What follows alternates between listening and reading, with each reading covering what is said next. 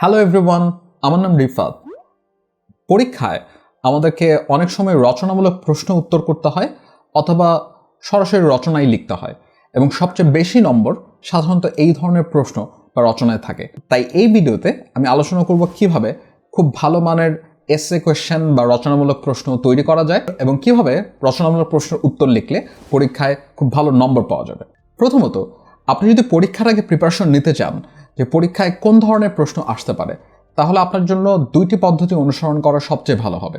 প্রথমত, আপনি সিলেবাসটির দিকে তাকাতে পারেন এবং প্রতিটি চ্যাপ্টারের এগেনস্টে আপনি বিবেচনা করতে পারেন যে এই চ্যাপ্টার থেকে সবচেয়ে গুরুত্বপূর্ণ বিষয় কোনটি এবং কোন বিষয়ের উপরে একটি রচনা বা একটি বড় প্রশ্ন উত্তর লেখার মতো প্রশ্ন হতে পারে। এটি পদ্ধতি অনুসরণ করার মাধ্যমে আপনি নিজে নিজেই কোন চ্যাপ্টার থেকে কী ধরনের প্রশ্ন আসতে পারে সেটি বুঝে নিতে পারবেন।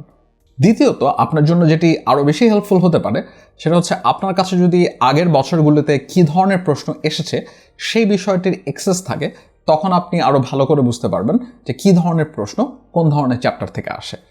তাই র্যান্ডম রচনামূলক প্রশ্ন বা প্রতিটি চ্যাপ্টার পুরোটাকেই রচনার জন্য তৈরি না করে প্রতিটি চ্যাপ্টার কিংবা আগের বছরের প্রশ্ন উত্তরগুলো দেখে আপনি সিলেক্টিভ কয়েকটি রচনামূলক প্রশ্ন প্রিপেয়ার করবেন। যে প্রশ্নগুলো প্রিপেয়ার করার মাধ্যমে আপনি পরীক্ষার জন্য অনেক আগে থেকেই প্রস্তুত থাকতে পারেন। খেয়াল রাখতে হবে, অনেক সময় 10টা চ্যাপ্টার থেকে 20টা রচনামূলক প্রশ্ন হতে পারে, আবার অনেক সময় 20টা চ্যাপ্টার থেকেও 10টারও কম রচনামূলক প্রশ্ন হতে পারে। আপনি কত ভালো করে আপনার সিলেবাসটি কি বুঝেছেন কিংবা আগের বছরের কোশ্চেনগুলো অ্যানালাইসিস করেছেন সেটার উপরে বেশি ডিপেন্ড করবে। তাই আপনার কাছে যদি এতগুলো রচনামূলক প্রশ্ন তৈরি করা কঠিন মনে হয়, আপনি সবসময় একটি হায়ারার্কি ক্রিয়েট করতে পারেন যে সবচেয়ে গুরুত্বপূর্ণ প্রশ্নগুলো কোনগুলো, আপনি শুধুমাত্র সেগুলো ক্রিয়েট করতে পারেন বা সেগুলোর জন্য আপনি প্রিপারেশন নিতে পারেন। এবার আসা যাক এই রচনামূলক প্রশ্নগুলোর উত্তর আমরা কিভাবে তৈরি করব, কিংবা পরীক্ষায় যদি এই রচনামূলক প্রশ্নের উত্তর লিখতে হয় তাহলে কিভাবে লিখব। একটি রচনামূলক প্রশ্ন বা এসে কোয়েশ্চেনের সবচেয়ে গুরুত্বপূর্ণ পার্ট হচ্ছে ইন্ট্রোডাকশন বা ভূমিকা।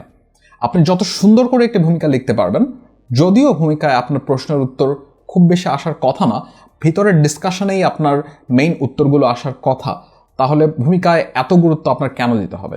আমাদের ছোটবেলা থেকেই একটা অভ্যাস হচ্ছে যে কোনো সাবজেক্টের রচনামূলক প্রশ্নই হোক না কেন আমরা ইন্ট্রোডাকশনটা শুরু করি মানুষ, সামাজিক জীব এ ধরনের একটি খুব কমন লাইন দিয়ে, এবং এর মাধ্যমে আমরা যে কাজটি করি আমাদের ইন্ট্রোডাকশন যে অন্য কারো ইন্ট্রোডাকশন থেকে ভিন্ন নয় এবং আমরা খুব ভালো কিছু লিখতে পারিনি সেটা খুব সহজেই প্রমাণ করে দেওয়া হয়।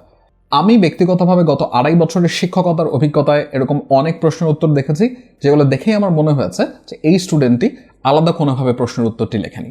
তাহলে আপনি কিভাবে স্ট্যান্ড আউট করতে পারেন বা কিভাবে আপনি ইন্ট্রোডাকশন লিখলে আপনার প্রশ্নের উত্তরটি অন্যদের থেকে আলাদা হবে? আপনি ইন্ট্রোডাকশনে প্রথমে যে কাজটি করতে পারেন সেটা হচ্ছে যেই বিষয়ে প্রশ্নটি করা হচ্ছে সেই বিষয়টিকে আপনি সংজ্ঞায়িত করতে পারেন, সেটির একটি ডেফিনেশন দিতে পারেন। এই সংজ্ঞায়িত করা মানে হচ্ছে আপনি যে বিষয়টা নিয়ে কথা বলবেন বা রচনামূলক প্রশ্নের উত্তর দিবেন সেই বিষয়টি আপনি বুঝেছেন সেটি প্রমাণ করে। তো প্রথমেই ইন্ট্রোডাকশনের প্রথম লাইনে আপনি বিষয়টি ব্যাখ্যা করে 1 বা 2 লাইন লিখতে পারেন। দ্বিতীয়ত, আপনি যে কাজটি করতে পারেন এই রচনামূলক প্রশ্নের কোন অংশে আপনি কি লিখবেন বা কি উত্তর করবেন সেই বিষয়টি যদি ইন্ট্রোডাকশনে লিখে দিতে পারেন। তার মানে এই নয় যে আপনি জাস্ট ইন্ট্রোডাকশনে লিখবেন যে আমি এখন এই বিষয়টির প্রকারভেদ বলবো, এরপর উদাহরণ দিব এবং শেষে উপসংহার লিখব, এই ধরনের লাইন নয়। বরং আপনি যদি বুলেট পয়েন্ট আকারে লিখতে পারেন যে এই রচনামূলক প্রশ্নে আপনার প্রধান আর্গুমেন্ট হচ্ছে এটি এবং এইটা প্রমাণ করার জন্য আপনি এই 3টি বা 4টি বিষয় আলোচনা করবেন।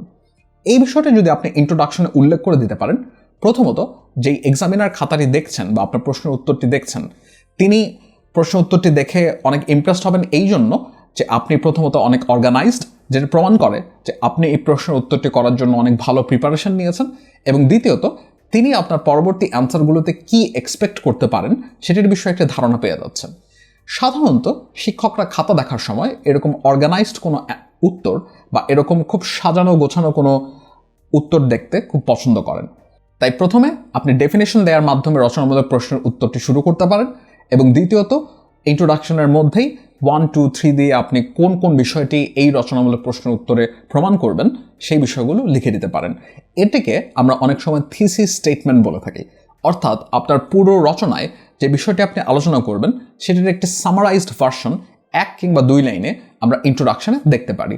এভাবে ইন্ট্রোডাকশন লিখলে আশা করি আপনি রচনামূলক প্রশ্নে অনেক ভালো নম্বর অর্জন করতে পারবেন। এবং এই ইন্ট্রোডাকশনটি আপনার রচনামূলক প্রশ্নের বাকি পার্টটিকে অনেক সহজ করে দিচ্ছে। যেহেতু আপনি ইন্ট্রোডাকশনে অলরেডি বলেছেন যে আপনি এই বিষয়গুলো আলোচনা করবেন, এখন গ্র্যাজুয়ালি আপনি ওই প্রত্যেকটি বিষয়গুলো নিয়ে আলোচনা শুরু করতে পারেন।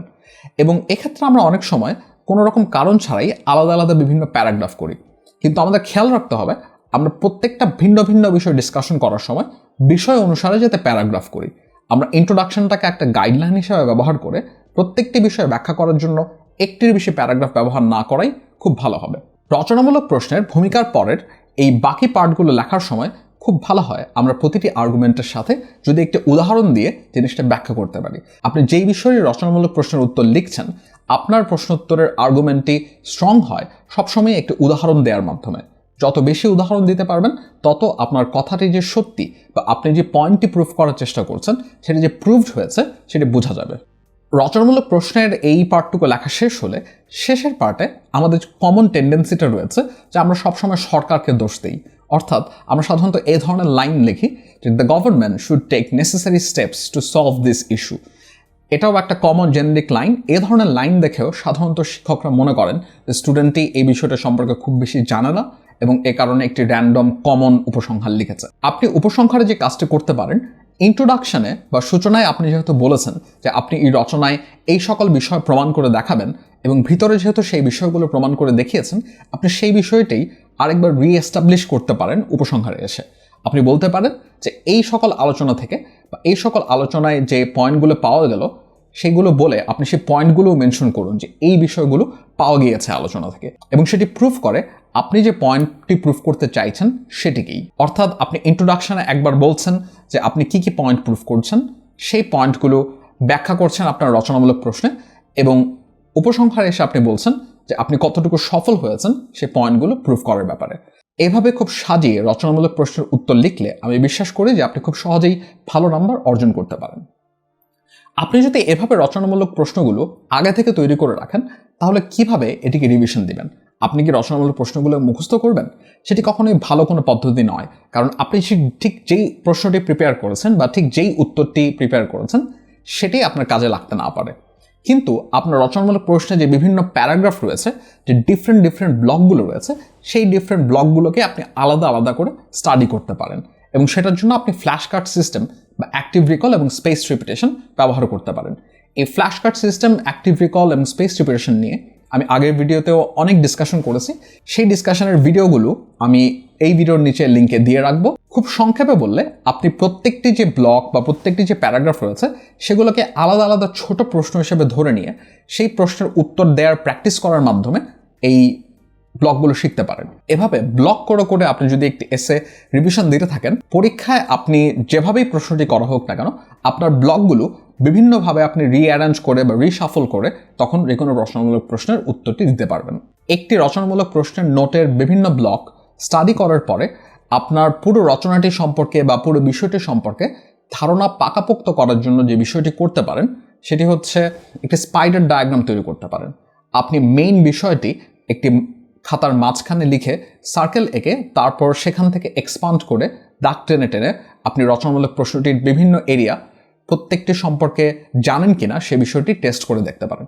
এভাবে একটি স্পাইরাল ডায়াগ্রাম তৈরি করলে আপনি যে আলাদা আলাদা করে ব্লকগুলো পড়েছেন সেটির পাশাপাশি আপনার পুরো রচনাটি বা পুরো বিষয়টি সম্পর্কে একটি ওভারঅল আইডিয়া তৈরি হবে। এই ওভারঅল আইডিয়া তৈরি হওয়ার মাধ্যমে আপনি আরও সহজে পরীক্ষার সময় বিভিন্ন ব্লকের ভিতরে কানেকশনগুলো ক্রিয়েট করতে পারবেন। সেজন্য স্পাইডার ডায়াগ্রাম তৈরি করে এই কানেকশনগুলোকে ভিজুয়ালাইজ করা অনেক হেল্পফুল।